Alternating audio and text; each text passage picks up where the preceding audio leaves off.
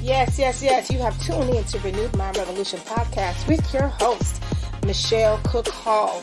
Today's podcast is brought to you by Faith versus Fear, Breaking Family Ties, which can be found and available on Barnes & Noble and Amazon.com. This podcast is designed with you in mind to remind you that you can always click that reset button and start all over again. It's never too late to be great. So now I want you to sit back. I want you to relax. I want you to clear your mind. Take in that deep breath. Prepare yourself for change as we listen in on Renewed Mind Revolution podcast with your host, Michelle Cook Hall. Let's go.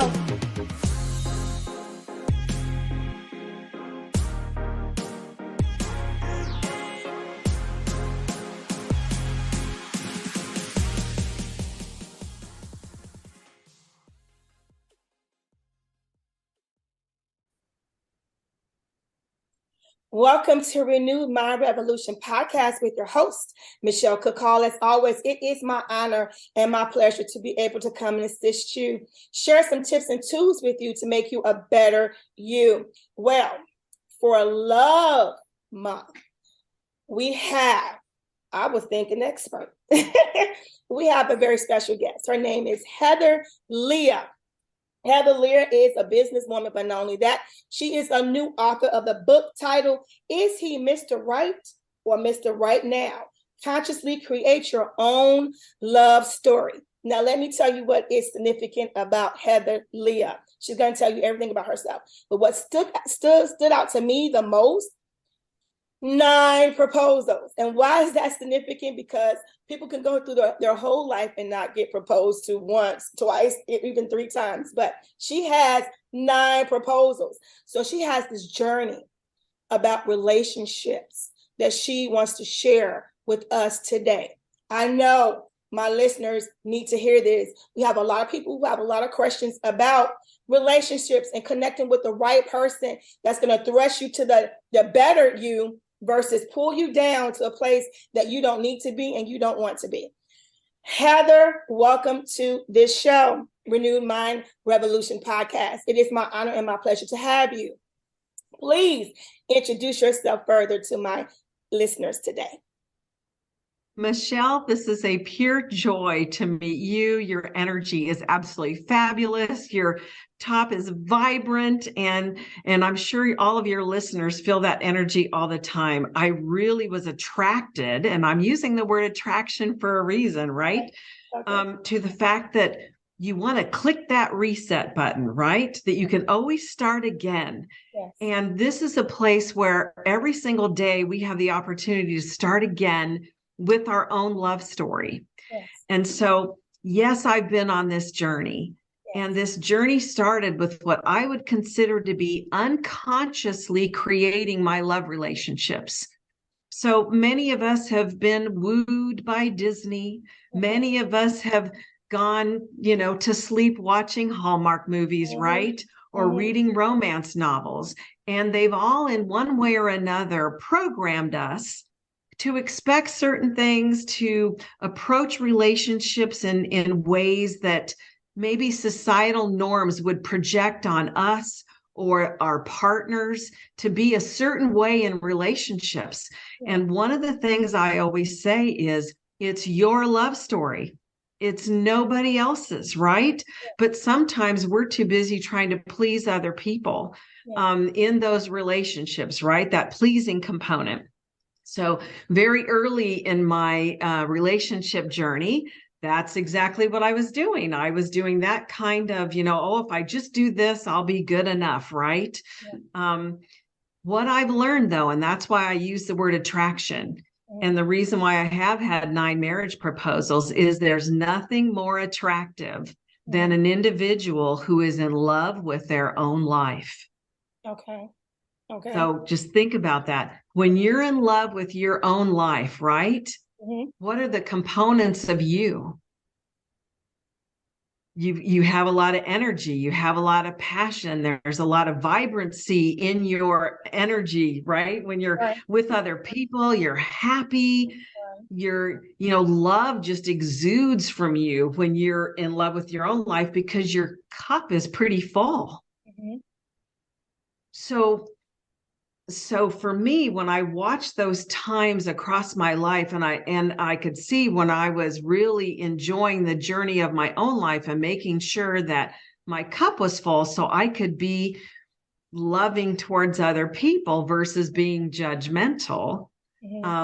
Those were the times when I could see where people, they're more attracted to you when you're more in a space of love inside of your own self.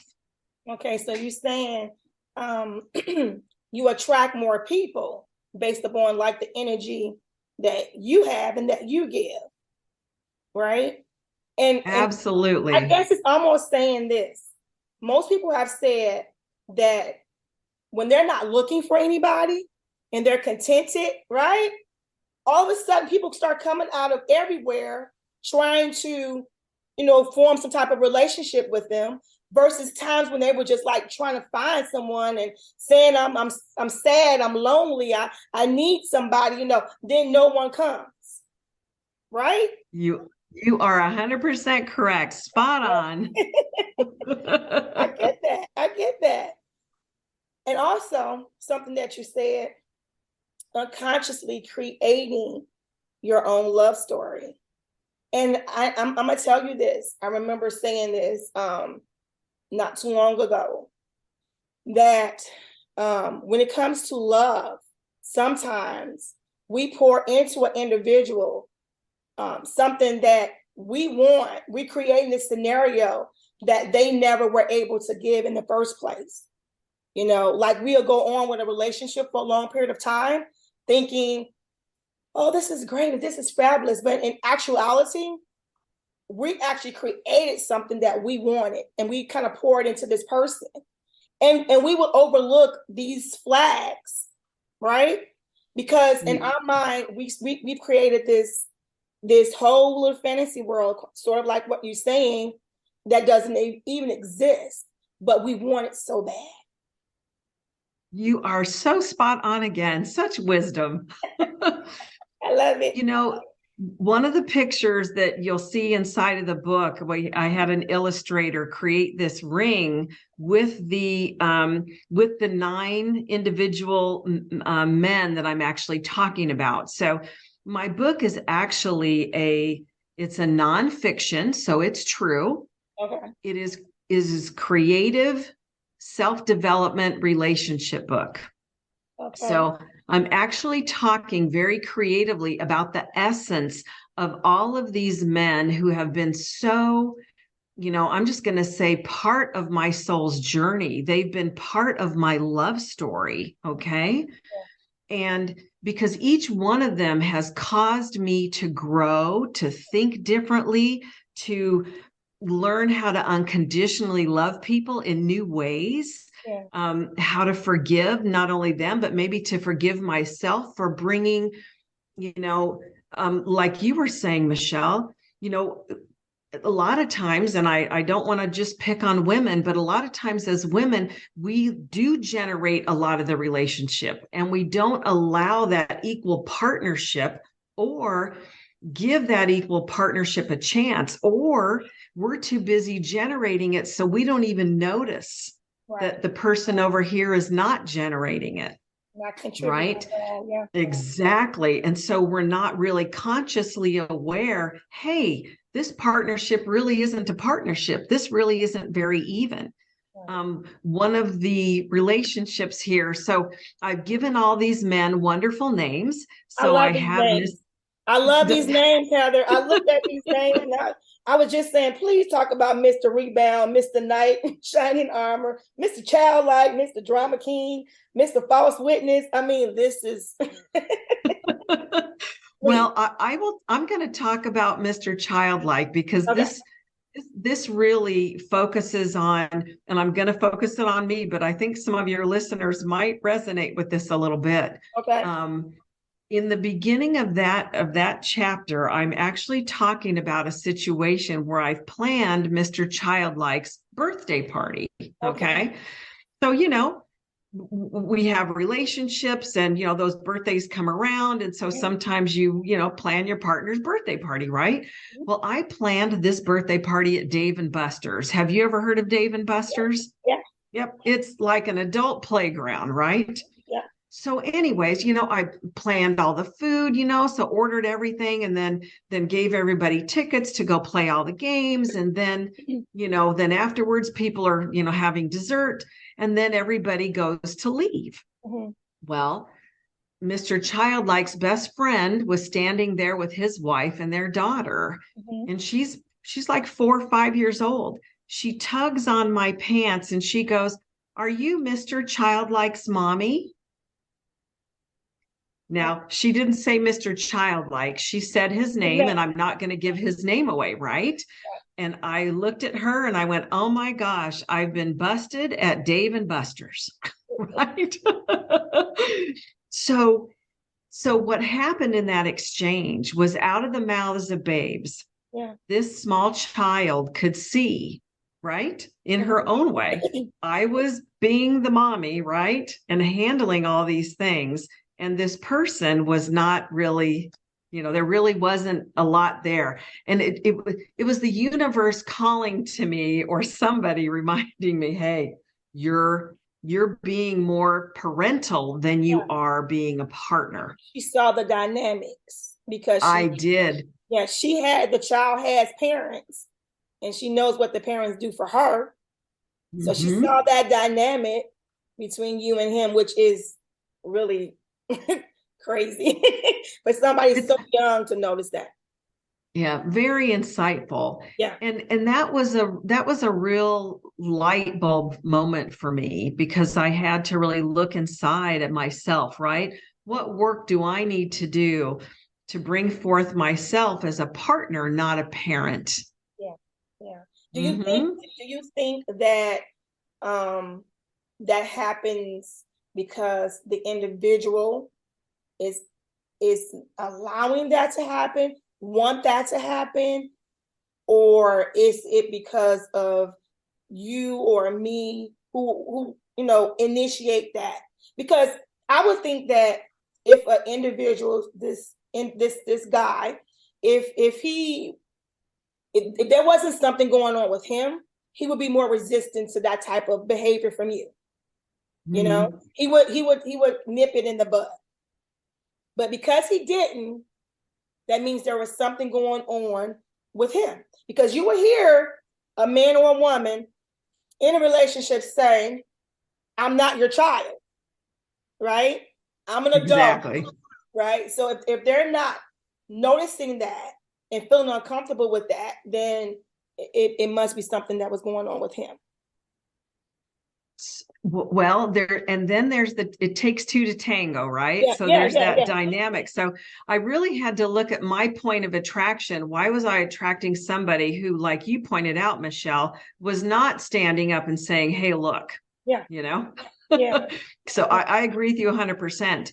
And I had to look and see, okay, why do I have this dynamic going on in my relationship, right? Yeah. And so then, right, once you can see those kinds of things when you're doing your own work, then you're looking over here and then have a conversation inside of the relationship that says, all right, how do we become, or are we willing, both of us, to be equal partners, yes or no?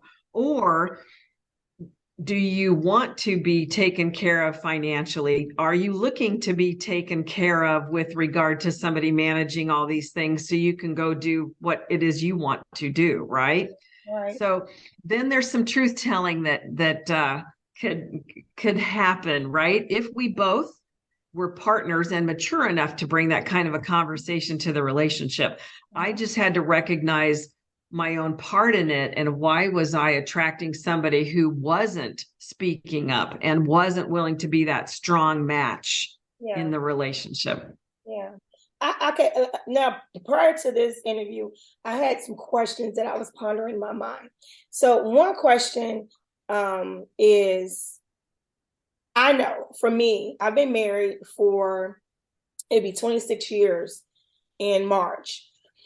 And dealing with one relationship it can be exhausting. It could take a lot out of you to give that much of yourself to a person. So I'm thinking 9 relationships. How much did you have left, Heather?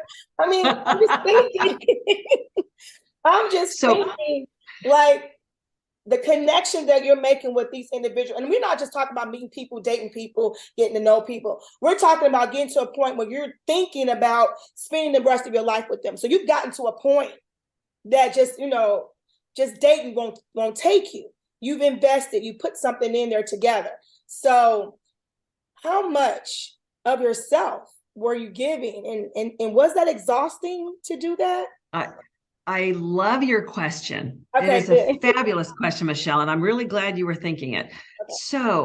Okay. So yes, I've had 9 marriage proposals. Yeah. Notice one thing. I did not accept all of them. Okay.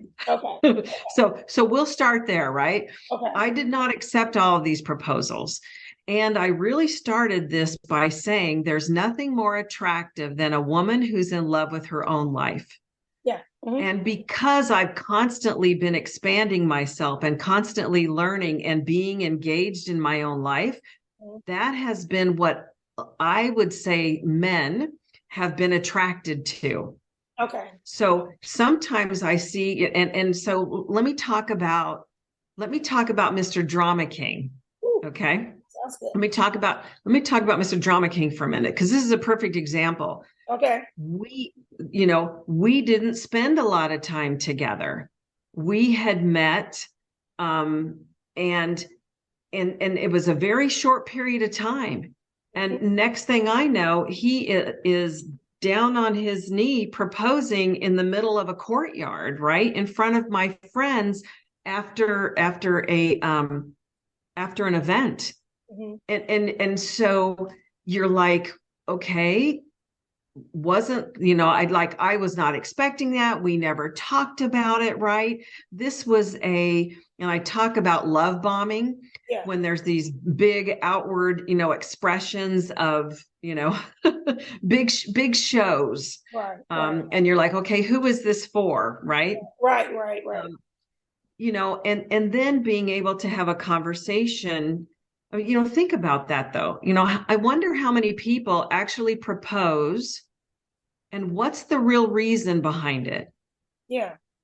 Are they really in love with that person? Yeah. Or they think they found that person? Have they really spent a season with them, or, a whole year where they've been through multiple seasons, right?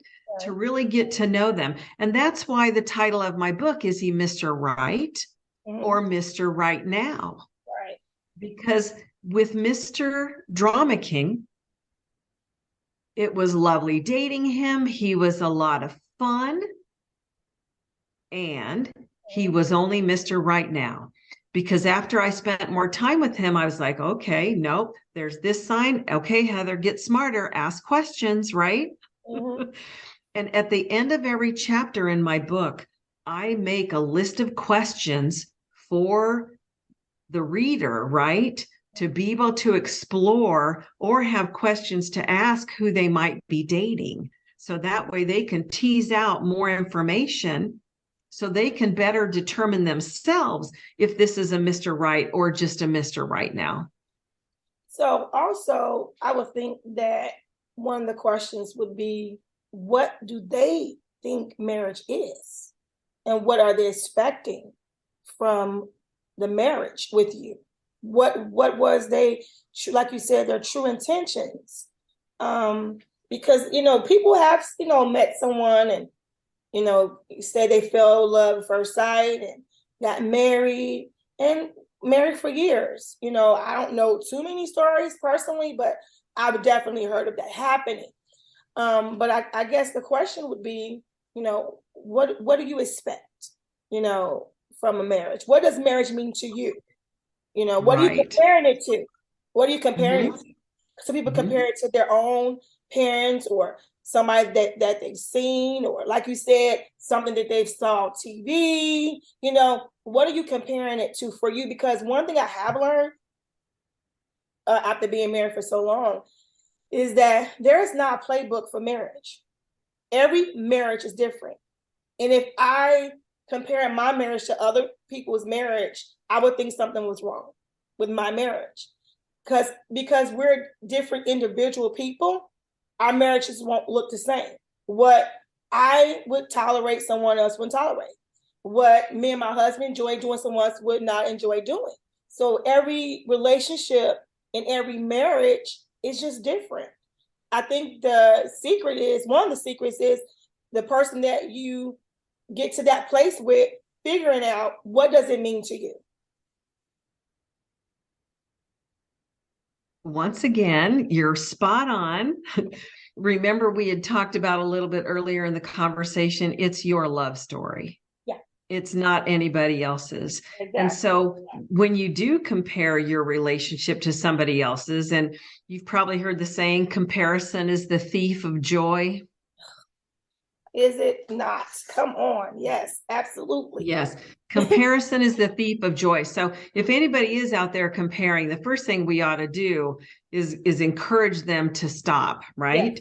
Yes. The only one they want to compare themselves to is themselves. Yeah. What brings you joy? What's the best thing for your love story, for your relationship, for what's going to make sure, what's the relationship that's going to have you feel self-actualized in that relationship and your partner self-actualized in that relationship, right? Where two people can come together and support each other in being the best of who each one of them wants to be. Yeah. And to be together. Yeah. One of the other things you pointed to was your parents' marriage. Yeah. Yeah. And I love this. I was talking to a young lady who was 29 years old, and she was sharing with me how horrible her 20s were. And everybody she dated, it was just painful. She just didn't know how to do this relationship thing. And, and if there's anything I could encourage young people to do, it would be to use your 20s for yourself, to explore who you are and what you want and where you want to go and what you want to do. Because they're still trying to replicate their parents' marriage. And in her case, that's exactly what she was trying to do. Not everybody's trying to do that, but in her example, this is what she was trying to do. Mm-hmm. And she said her parents had this wonderful marriage. Mm-hmm. But yet she couldn't, quote unquote, get it right, And I just said just because your parents had a good marriage doesn't mean it's genetic. Right? Right? Good marriage, a good parent's marriage is not genetic. Don't pass that down. Exactly. But look how many people just in their own thinking, my parents got divorced, so, they're afraid to get in a relationship because their parents got divorced, right? So the reverse is true. Yes. And so there's one of the things that's another thing that's in my book, there's a tool where I've created a timeline where you're literally looking at the major influencers in your love story. Oh. So who are right. So I have literally listed, and for me, my major influencers were my grandmother, my mother, and my father. Okay. And so I write out what the main things they contributed to me. Okay. As far as the way I related to other people. And once I got my hands on that little steering wheel, I was able to consciously make new choices in my life that were no longer run, and I'm using that in quotes again, right, by my family. Yeah. So there's those family influencers where you hear them on your shoulder. Oh, you should do it this way. Oh, you should, right? You should behave like this. Yeah. It's like, no. That was your generation. That was your choice. I have, and I am, right? My point of power is identifying my automatics so that I can choose my new attention and my new intention. Wow. That's good, Heather. right? Good. So Yeah. right, It's so impactful, your upbringing and people that you watch. They affect so much. You could be 60, 70 years old and still impacted by your upbringing. People, I think they underestimate that. Go ahead, continue. I think they underestimate that, though, how yeah, powerful yeah. your upbringing is. In one of the chapters, the chapter's called The Music Man. Mm-hmm. And at the end of it, I have a process where you can make peace with and make peace with any painful relationships you may have had that are influencing you. Make peace with it. Make peace with them. Yeah. And I can be much more specific about this. My father and his siblings, Mm-hmm. there were 7 of them. They were all men, and their relationships were less than stellar. Okay. So one of 2 of them, had extramarital affairs, and it just, there's a list, right? Mm-hmm. So when my parents divorced and other things that went on with the relationship with my father, there was just a lot of pain that was paid forward that could definitely influence me and my ability to have a solid relationship with a partner, right? Mm-hmm. And so it was like, all right, am I going to continue to perpetuate a negative conversation about men?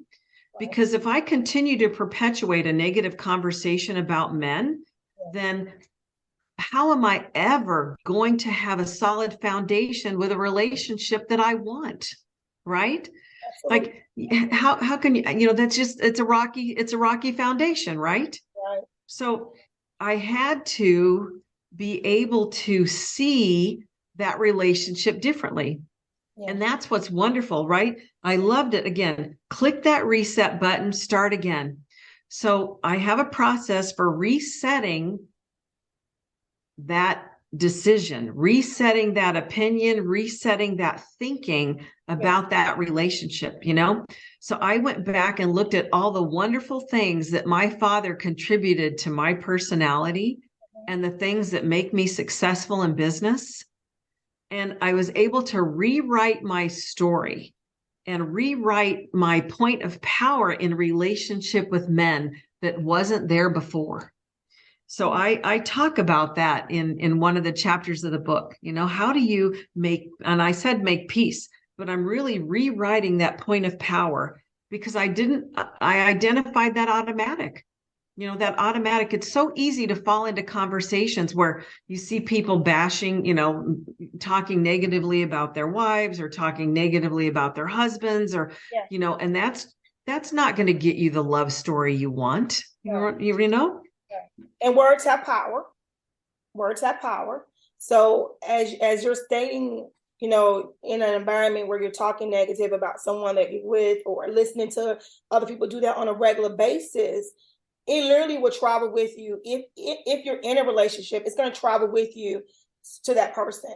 Like you're literally going to start seeing them different, feel about them different, respond to them different because words have power. And so the more that you're speaking about that, you're going to respond and act upon it. Absolutely. Absolutely. Yeah. This is good stuff, Heather. And I kind of like how you was saying in so many words, sometimes we will project onto a person, based upon our past relationships, based upon our relationships with our family members or what we've seen, the hesitation to get into relationship. All these things are so true and so valid. And I'm a firm believer on getting to the core of an issue. And I see that's exactly what you had to do. You saw that there was a pattern and something was wrong. So you reset the healing process. Was the first step was getting to that core. Where did this come from? Why am I doing this? Why am I attracting the wrong people? What happened? And it takes so much strength. I talk about that a lot on the podcast, how much strength it takes to travel the healing journey. It takes so much strength to do that. because you're faced with parts of yourself that you probably don't want to see. Right? You have to come to terms with some things about you that you might not be so proud of, right? But in order for you to get to the place that you need to be, to get that healing that you need, you have to propose the tough questions to yourself, right? Exactly. It starts with us. Go ahead. No, it absolutely does begin with us. Yeah. And I really enjoy working with people who want to have a deep love, right? Yeah. They want to have that deep love. And it's like, okay, why is it elusive? Right? Why is it elusive? What is it about me? And they're willing to look here, right? That is not allowing me to have the kind of relationship that I would like, right? Yeah. And it's interesting because they do make it look easy in the movies. They do make it look easy. It's so not realistic. Like, it is, if you measure towards that bar, you're gonna be disappointed all the time. It's just like this special person come out of nowhere, they have all the right qualities that you need, sweep you off your feet, and they live like this ideal life that it just doesn't happen because we're flawed people. Yeah. We're flawed people. So we're not going to have this perfect, scenario because we are flawed. So yeah, watching anything and comparing it, it's like setting yourself up for hurt, setting yourself up for pain. And I've had a lot of friends and family members who have struggled with trying to find, this compatible person. And it's a journey to see that. But one of the things that I also notice is when you have an individual that you're pouring into and you're loving on, and you realize that they love you or care for you, but not in the way or not to the point or level that you feel like you deserve. Like it's something missing. It's something missing there. And a lot of times, even in those moments, people compromise. Well, they're doing the best that they can. They're loving me the only way that they know how. And the question I propose is, is that enough though? Is it enough? Like really, like, is that enough? If you can recognize there's a void and there's something missing, then you have to question if that's enough. They might be a good person, a nice person, or whatever. But if we're living with just like a half a tank of gas, and trying to get a long distance, we're not gonna make it, right? Right. But what will you say to someone who, are coming because you have this experience with these crazy type of personalities? I love the titles, but you've met so many different type of people. And, so if someone come to you and they say, well, I care about them, they care about me. But what I'm recognizing is that they're not loving me, number one, the way that I love them. And I know that, right? Like they say, I know that they're not loving me the way that I love them. But what they're giving me, I know is all that they have. Is that compatible? Is that enough? Or should I, do what's in the best interest of myself and move on and look for someone else? This is a really good, I'm just going to say a deep exploration, and it's going to be different for different people, right? Just Absolutely. Like you said, and that's why I said it's your love story, right? Yeah. So some of the questions I know, and I've worked with many women who they could not live with themselves if they did not try everything before they decided to part ways, right? Yeah.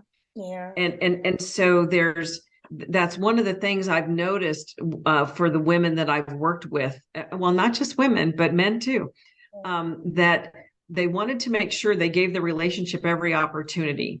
Yeah. So in some cases, there's been some conversations about how do I ask for what I need?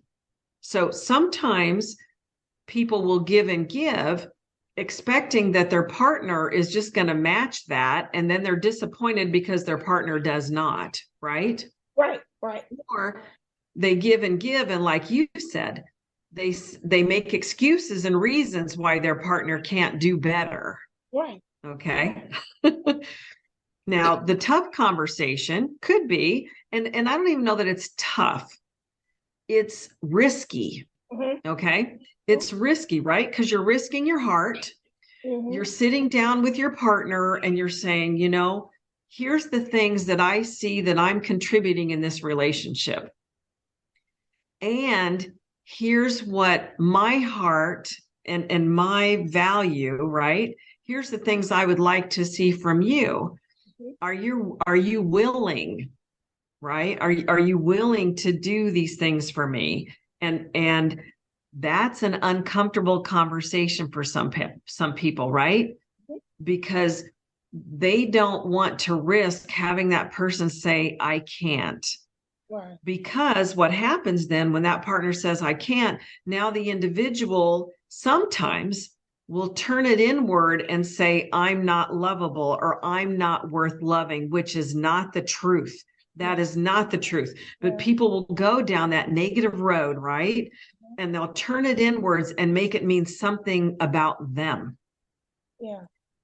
When really the other person just is not willing to do the work, or they're choosing not to. Yeah. So, and I don't want to oversimplify that conversation because there can be a lot of dynamics going on the other person's side. They might be dealing with their own mental well-being for all I know, right? Absolutely. Yeah. But all I can do is work with the willing. And so when those individuals are looking at their relationship, the reason why they're looking at it is because right now it's not enough, right? Mm-hmm. Their heart's growing, they're reaching for something else, and their partner a lot of times doesn't want to go on that journey. Right. So I've had several women, well, and a couple guys, they have made the choice to have that conversation with their partner. And when their partner's not willing, then the next conversation they have is then how do we leave each other in love and support each other on what we're going to do next on our journeys? Yeah. And I know that's not an easy conversation, but I've watched many people navigate that very well. Yeah. I think the struggle for most individuals in these cases would be what I started off saying, is that when they've created this scenario that they want so bad, and to have to say, I don't have that anymore. Like you said, they begin to blame themselves and say, what have I done wrong? Am I enough? Why can't they love me this way?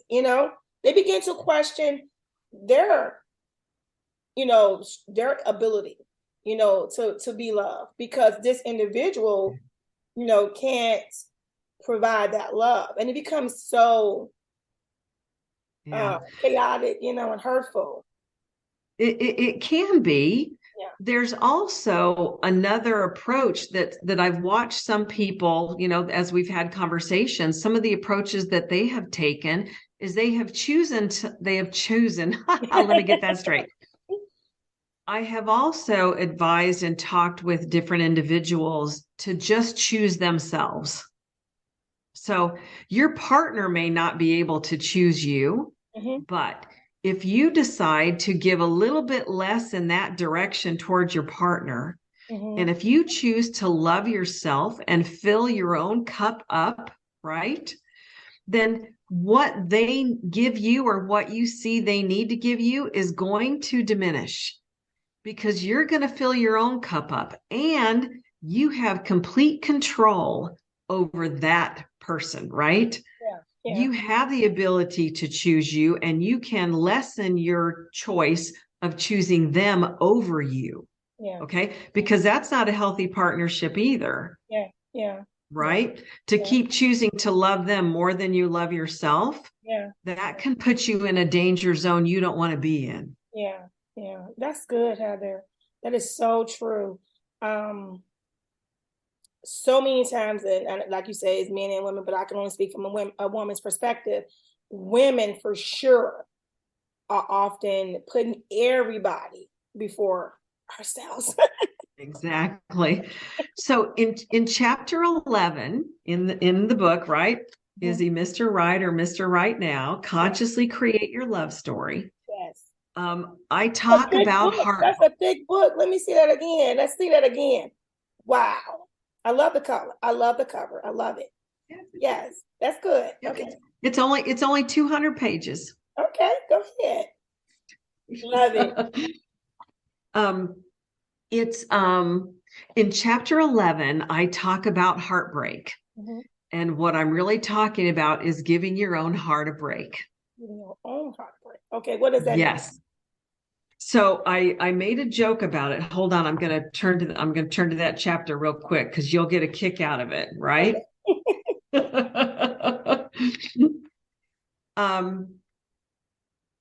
Let's see here. My friends and I did not spend time. So this is back when I was younger, right? My friends and I did not spend a lot of time consciously thinking or talking about self-love. Mm-hmm. I don't remember ever taking the time to become more self-aware by deliberately exploring my personality traits or what I liked or did not like. I don't remember dedicating time to consciously consider just me without taking a child, my job, a man, or another family member into consideration or considering societal or other people's opinions. Yes. You're going to love this, Michelle. Okay. Like dry January or sober October, I needed a program like March Without Men or Self-Love September or Dating Myself December. I decided that instead of the 12 days of Christmas, I would commit to 12 months of sacred self-love. Wow. I love that. So I spent a whole year just going, okay, what would I like to learn? What would I like to, I talked about self-care and self-maintenance, just the basic things to focus on. How can I just one thing at a day, right? One thing at a day. Let me just get my dentist appointment, just like how do you start to just really create a program to love yourself on every level, whether it's physical or with your vehicle or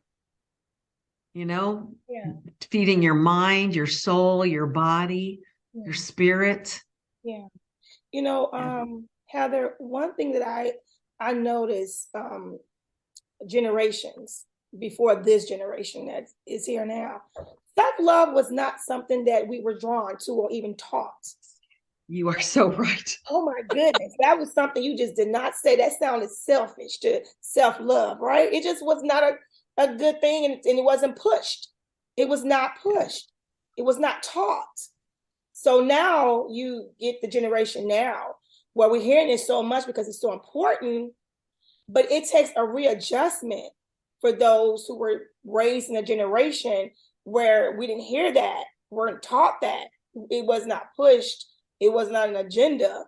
It takes for us to kind of undo all of the teaching that we had before to make it seem like, self-love was a bad thing or selfish thing. How dare you? You got, like you said, you're thinking about kids, your job. How is your self-love going to affect everybody else? And it's so sad, but it's so true. I can definitely relate to that. The coming to terms with understanding that if I don't take care of me, I have nothing to give to anybody else. That's just a fact. It's just a fact. It's just, if I pour and never take time to reset and regather myself and love myself, take care of myself by any means, then I have nothing to give to those that I care about or my responsibilities or anything else. I have nothing to give. So I think bringing that up, that point is so important, that self-love is something that we hear all the time now. But several years ago, Self-love was not something that you heard. And I think that's why, my generation and generations before me struggle with certain things, because we have to fight against a lot of things that was taught to us, right? And that we Right. was brought up on. We have to undo it, untangle it. It's a lot of work, but it's helpful and it's necessary. It makes us better people. But it takes a lot of work of undoing. Our parents and parents before us, they were not trying to create damage. They was just taught what they was taught, and they pass it on to us. Right? Even with relationships, yep. Just pass it on. So now we in this moment of almost enlightenment of going, wait a minute, something's wrong. Something is wrong. Let's reevaluate this. Let's look at it from a different angle, a different perspective. What can we do? So self-love is not a bad thing. That means that you care about yourself. And my mother makes this, joke about on the airplane and how they teach you that, you got to put the oxygen mask on yourself first and then yep. on the children. But even when it was said, my mind immediately went, how can I do that? Do that? How can I do that? My kid is sitting there, I just put on my face first. But realistically, if I faint or pass out, how can my kid be okay if they need me to put it on them? But we've just been trained differently. We've been taught differently, yeah. And it takes a lot of work. And when someone like you come and help unravel something so important like relationships, it's really important because mm-hmm. someone is struggling and they don't understand. Why am I having such a hard time? Why am I attracting the wrong people? Why are these people coming to me are only this type? Like, what am I doing? What am I sending out a signal? I hear that so many times. What am I putting out here that's drawing, this type? Well, it is 100% true. And it's not always a negative thing. It really isn't. It's just an awareness, right? Mm-hmm. It's like, okay, here's my point of attraction right now. This is the type of individual I'm attracting in my circle. And so if you're conscious to what you're attracting, is this really what I would like? And then you start to look at your preferences. And so you start to refine, well, I like this about what I'm attracting, but I'm not so crazy about that. And so you start to, again, when you're consciously creating your love story, you start to adjust those preferences. And also, how do I up-level myself to be a match for that which I want to attract? Yeah. Yeah. And so that's using the tools in my book, right? To identify what you were just talking about, those generational conversations, right? Yeah. They were good at the time. Mm-hmm. There was context for those generational conversations. Mm-hmm. And each generation has their own, context and how they're actually taking it to a direction or another level that they're interested in. Yeah. Yep. It is very different. There are at least 3 to 4% more women every single year that are getting degrees in college than there are men. So if you look back at our parents, grandparents, it was very important for them to find somebody who made money. Yeah. Because they either weren't in the job market or they weren't, mm-hmm. They didn't have a degree. Mm-hmm. And so there was those kinds of challenges, right? Mm-hmm. But then as more women have been in the workforce and more women have, they don't need somebody for their finances. Yep. But yet look at that generational conversation. You need to find a man that has money, absolutely. Right? Yes. It's like, okay, that generational conversation doesn't have context anymore, right. But you still see TV shows, you still see movies, you still see things that have that old generational thinking. Yeah. inside of them that this subtle programming that is unconscious, right? And so how do we raise awareness to, oh, look, that's old thinking. We don't, there's nothing on a man's birth certificate that says he owes you a living or that he owes you money, right?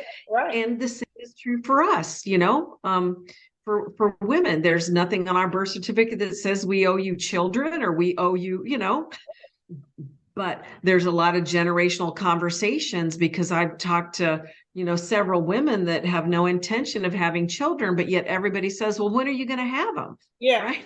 Yeah. So that's what I mean by this. We need to raise our awareness and just bring more consciousness, right, to the conversations we're having around relationships and family.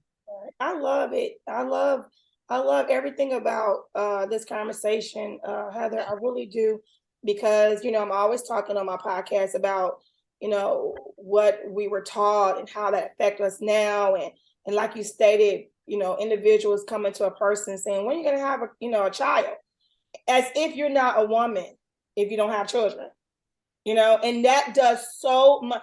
And you know what, I really hope we get to a point where people understand how powerful their words is and how much damage you can do to someone. Saying something like that to a person can do a lot of damage to them, because now they question, like how much, they feel about themselves now, because now you put them in this box. They have to be this way, and that's it. And it's very hurtful and it's very harmful. Yeah. And I'm glad we having these type of conversations, because I love ripping off, all of the the band-aids and exposing the truth and showing that, look, we're more than that.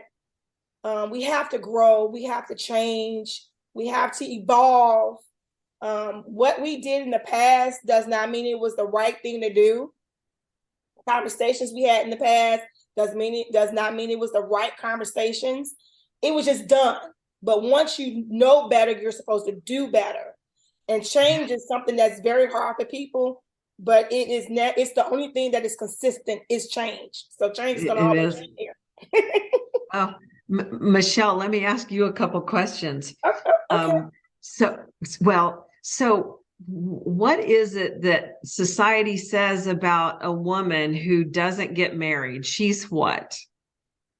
Oh, like well, back in the day, they was like a handmaid, a maid, or old maid, or something like that, right? Spinster, old maid, right? Yeah. Exactly. And so there's that thinking that, I literally last weekend was talking with a woman, and everywhere she goes with her community and stuff like that, they're just like, well, they're trying to fix her up, but she's not asking anybody to fix her up on a date, right? Right. She loves her life. She's a chemical engineer, and she's been single for 8 years, and she's like, people treat her like she's not anybody because she doesn't have a relationship or a husband. Right. And I'm like, but so what do they say about men when they haven't married? They're what? Well, I've heard the word player and good for you. And, it's a contradicting thing, because, you're telling a guy, oh, good for you. You're not, with the ball and chain, you're free. You can do whatever you want to do, good going. No one caught you and tagged you down, right? But with a woman, it's well, what's wrong with her? Right, exactly. And he's the what? He's the eligible bachelor, right? Yeah, good for him. He's the great catch. Yeah. So one of the things it's in chapter 3, I have a lot of statistics. And one of the things over in our Asian countries, they are talking about these women who are highly educated, who don't want to get married, and they're later in their years. They have named them the leftover woman. Oh my goodness. And I'm exactly, and I'm like, who decided that was the right name for women that are choosing to focus on themselves in their 20s, establish their careers, and decide what they want to do with their lives, right? And then calling them a leftover woman.